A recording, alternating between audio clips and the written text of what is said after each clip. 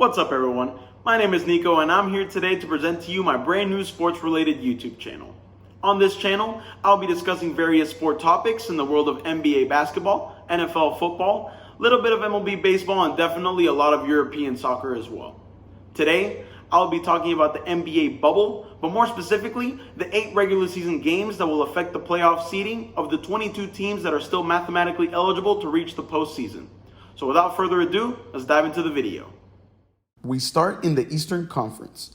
As you can see, there are only 9 teams that are mathematically eligible for the postseason, and that 9th team is the Washington Wizards without Bradley Beal, 5.5 games out of that 8th seed in the standings, so the Eastern Conference is more or less already set, but regardless, let's go through the 9 teams. The Washington Wizards are 5.5 games out of that 8th seed and will be without Bradley Beal because of his rotator cuff injury, as well as Davis Bertans, as he doesn't want to risk anything happening to him on Orlando, as he has a pending free agency coming this offseason. They are a pretty terrible squad with those 2 players in the lineup, so without them, I don't expect them to win more than 1 or 2 games down in Orlando and not get anywhere near that 8th seed. Now, when it comes to the Orlando Magic, they're in a very different situation as the vast majority of their players are healthy and joining the bubble. Even Jonathan Isaac made the trip, even though it's very, very unlikely for him to join the team at this point for the restart. I don't expect them to really do anything too crazy, but I do expect them to leapfrog the Brooklyn Nets and get into that 7th seed, basically just because they're all pretty much healthy. Now, speaking of those Nets, they're in a very similar position to Washington as they have a whole plethora of players that will not be playing due to coronavirus, opting out because of families, injuries, a whole bunch of different reasons, ranging from Spencer Dinwiddie, Taurean Prince, DeAndre Jordan, and Wilson Chandler, along with the obvious 2 in KD and Kyrie. So we're going to basically be out there seeing a bunch of G Leaguers, second stringers, and maybe the last swan song of Jamal Crawford. So I expect them to drop from the 7th to the 8th seed and play those Milwaukee Bucks in the first round. Now, as for the Philadelphia 76ers, they had a very disappointing regular season before the coronavirus stopped everything. I mean, they were trying to play with 3 power forwards and Joel Embiid on the floor all at the same time. That was probably never going to work, but they gave it their best and really tried, and we saw how that was a catastrophe. But it seems that Brett Brown learned his lesson because he moved Ben Simmons back to his natural power forward position and also inserted Shake Milton into the starting lineup to give them that much-needed shot creating and three-point shooting that they were sorely missing. So I believe they're going to leapfrog Indiana and actually get to the 5th seed. Now, as for the Indiana Pacers, on the other hand, they are definitely going to struggle because Domantas Sabonis is now dealing with a tricky foot injury that may keep him out of the first few games and just take him out entirely for the entire restart in Orlando, as well as Victor Oladipo saying he's not going to play, and then all of a sudden he's suiting up and playing in the scrimmage, but then he still says that he doesn't know if he's going to play, and honestly, all that uncertainty and losing your 2 best players is definitely not the thing you want going into such a tough situation in Orlando. So I believe they will drop to the 6th seed, and the 76ers, like I said, will move up to that 5th seed. Moving on to my favorite team in the Eastern Conference, the Miami Heat. They are led by star Jimmy Butler and also the rapid ascension of Bam Adebayo, as well as rookie guards Kendrick Nunn, Tyler Hero, baby Klay Thompson and Duncan Robinson, and a good Goran Dragic off the bench, which really helps round out that great three-point shooting that they have going on. They are currently kind of mired in that 4th seed, being 2 games above Indiana and Philadelphia and 2.5 games under Boston for that playoff seeding. And it looks like they're going to be a very difficult out in the postseason with their defensive versatility as well as their hunger to succeed in that playoff setting. While they are a fairly young team, they are led by a great coach in Erik Spoelstra, and I believe that they have the ability to be a dark horse contender for this season. I believe it's time we talk about a true dark horse contender in the Boston Celtics. Led by the superstar rise of Jason Tatum and the new acquisition of Kemba Walker, as well as the improvement of Jaylen Brown, Gordon Hayward, a Defensive Player of the Year candidate off the bench in Marcus Smart, and a pretty decent big rotation. It looks like they're finally going to fight for an NBA title this season and let go of the bitter disappointment of the previous seasons in the past. They are currently locked in that 3rd seed, about 2.5 games above Miami, as I mentioned earlier, as well as 3 games under the Toronto Raptors. So they will be using these 8 games to really gain confidence and get a good game plan going into the postseason. For the defending NBA champion Toronto Raptors, Their mission this season has been out to prove that last year's title run was no fluke and that the responsibility was not solely on Kawhi Leonard's shoulders. Pascal Siakam has finally made the full transformation from role player to flat-out star and leader of this team, and Kyle Lowry has been as dependable as ever with help from the complementary role players such as Marc Gasol, Serge Ibaka, OG Anunoby, Norman Powell, and Fred VanVleet as well. Nick Nurse, I believe, has been the coach of the year this season as he had to manage a difficult injury situation while keeping the team on track no matter who fell out of that starting lineup. I believe they're in prime position to have another deep playoff run this season, and they're going to be out there playing hard and trying to prove people wrong about last season being a fluke.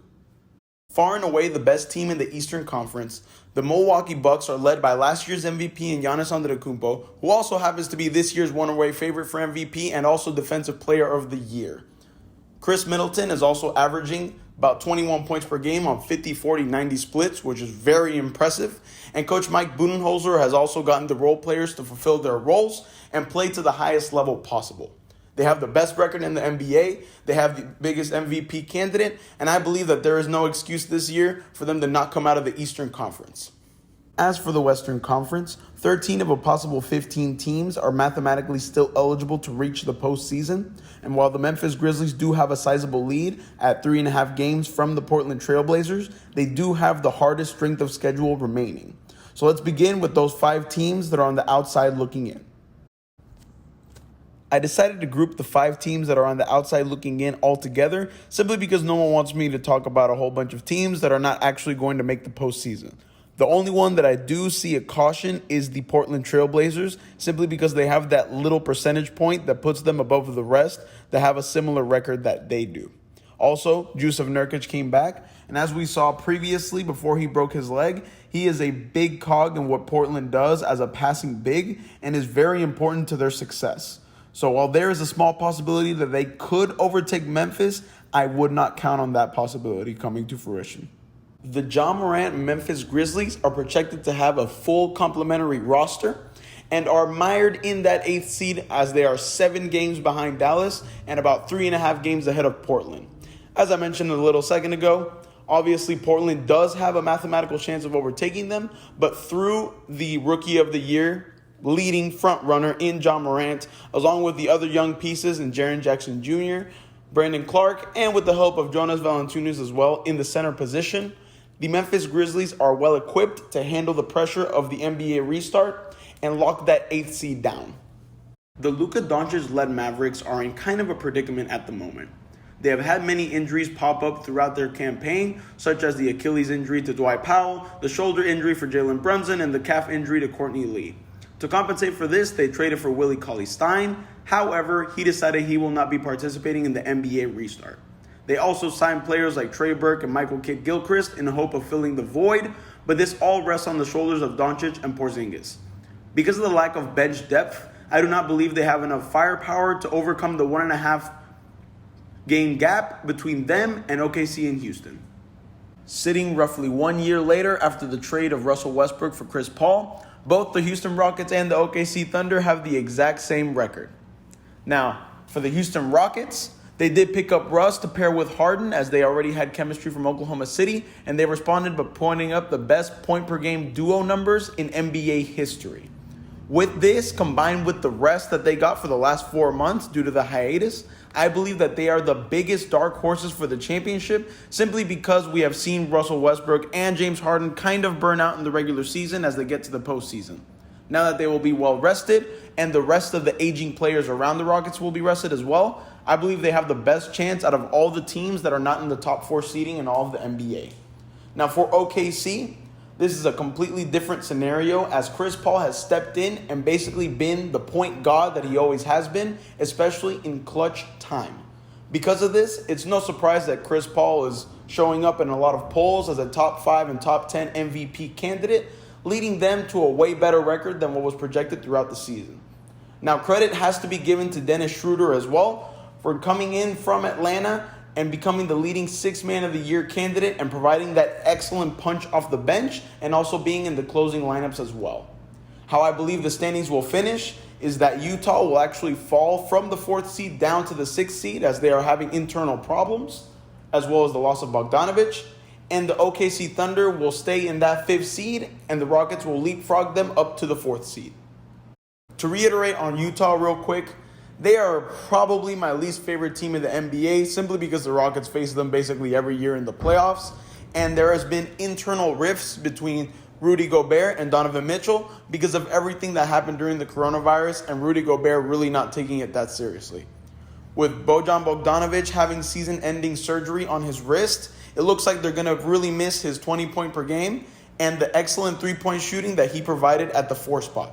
Because of this, I believe they will be trending down, as I said, and they will fall from the 4th seed to the 6th seed. One of my favorite teams in the Western Conference this season has to be the Denver Nuggets. Nikola Jokic is just an exceptional player, probably the best passing big man in the history of the NBA. And when you surround a guy like that with shooters at every corner, like Jamal Murray, Gary Harris, Monte Morris, players like Will Barton, it really accents the best qualities of a passing big man.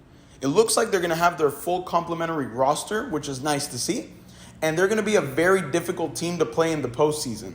They're about a game and a half back at the Clippers, and while that's not too much, obviously the Clippers are a much better team. And even with the Utah Jazz only a game and a half behind the Denver Nuggets, they are trending down. I believe Denver's trending up, and they will be stuck in that 3rd seed. It's hard for me to talk about the Los Angeles Clippers without sounding a little biased. Seeing that I'm a huge LeBron fan and I also love the Houston Rockets, it's obviously a big conflict of interest. There's not a lot to say, really. I mean, you have Kawhi Leonard, Paul George. You have 2 great 6 men in Montrezl Harrell and Lou Williams coming off the bench. Patrick Beverley also has a dog as your point guard. Your coach is Doc Rivers with championship pedigree. It's a very, very strong team. And they're basically stuck in that 2nd seed. I don't believe they're going to secede it to Denver at all. So they're going to be resting up for the playoffs. They're going to be using those 8 games to really get confident and solidify game plans and get ready for a fight with the Lakers, possibly in the Western Conference Finals. 2 words: playoff LeBron. Now, remember in 2018 when playoff LeBron took a bunch of scrubs to the NBA Finals? Now, imagine that very same dude taking a prime Anthony Davis along with a great complementary role players with Dwight Howard, Kyle Kuzma, JaVale McGee, J.R. Smith, Alex Caruso, Markieff Morris, and the list goes on and on and on. This is a very strong team, but a playoff LeBron James truly makes the difference, and I don't believe there's anyone in the universe that is going to get in the way of the Los Angeles Lakers winning a ring this season. Thanks for watching the video, everyone. Leave a like if you enjoyed what you were watching. Make sure to subscribe if you'd like to see more content in the future. And also leave a comment in the comment section if there's something that you disagreed with and you would like to go back and forth with me on. One more thing, make sure you follow me on Twitter, Instagram, and also Twitch, where I will be destroying noobs on Call of Duty if you're into that sort of stuff as well. Until next time, peace!